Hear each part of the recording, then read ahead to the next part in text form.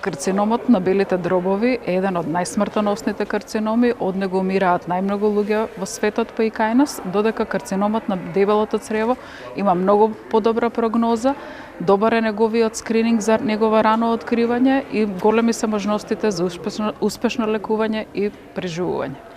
Кога велите скрининг, докторке, што се подразбира под скрининг? Скрининг за карцином на бели дробови представува сите пушачи од 55 годишна возраст па нагоре, кои што пушеле повеќе од 30 години, да прават еднаш годишно рентгенграфија или компјутерска томографија со ниски дози на зрачење.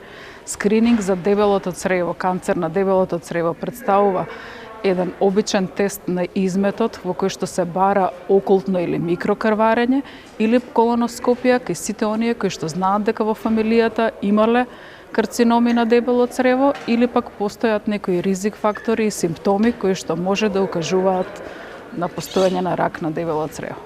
Колку годините играат улога, колку пациентите кои што се помлади, ако навреме нели се открие болеста, може да се возрастната граница за сите карциноми се намалува. Така да ке карциномот на дебелото црево постојат и млади луѓе веќе и над 30 годишна возраст, кај кои што веќе постојат карциноми на дебело црево. Така што треба да се започне со скрининг уште од многу помлада возраст.